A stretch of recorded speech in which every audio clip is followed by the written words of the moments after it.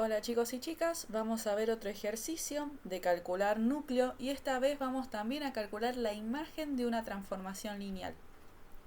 Habíamos visto que la transformación que va de R2 a matrices cuadradas dado de esta forma era una transformación lineal, ¿sí? Era uno de los videos de transformaciones lineales de verificar si dada función era una transformación lineal.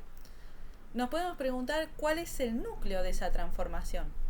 O sea, cuáles son los vectores de R2 tal que la transformación me los manda al vector nulo de las matrices cuadradas. Pero ¿cuál es el vector nulo de las matrices cuadradas?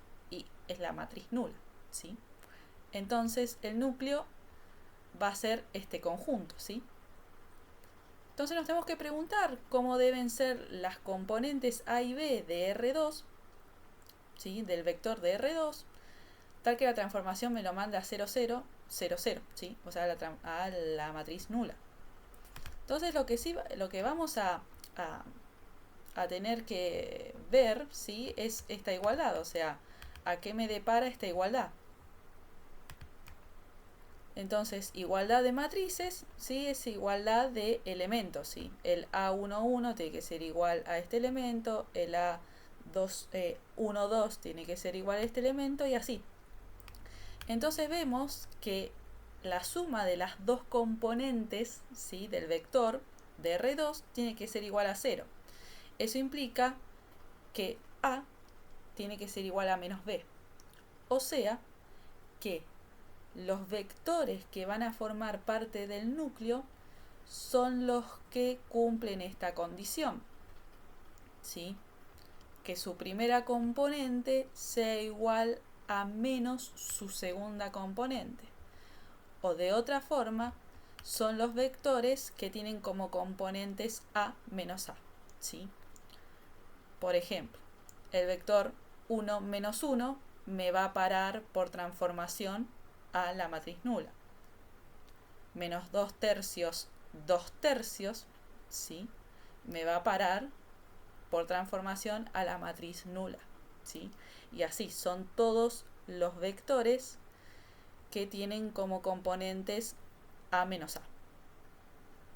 Bueno, y podemos preguntarnos también cuál es la imagen de la transformación, ¿sí?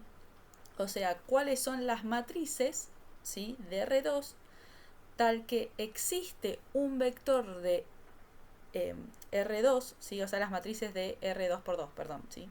O sea, nos preguntamos cuáles son las matrices de reales cuadradas de 2 por 2, tal que tiene tiene un correspondiente, ¿sí? Un correspondiente en R2, o sea, que f de un vector de R2 vaya a parar a esa matriz, ¿sí?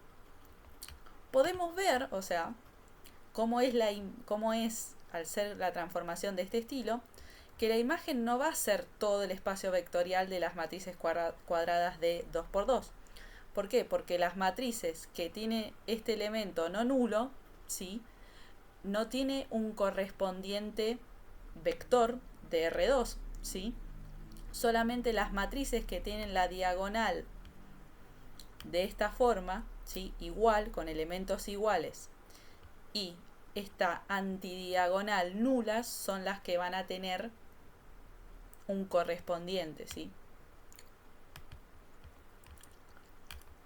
Entonces, una matriz cuadrada va a pertenecer a la imagen, ¿sí? Si existe un vector de R2 tal que f de ese vector da la matriz, ¿sí? Y vemos que f de x1, x2 da esto, ¿sí? Vía transformación, y eso tiene que ser igual a la matriz genérica, ¿sí?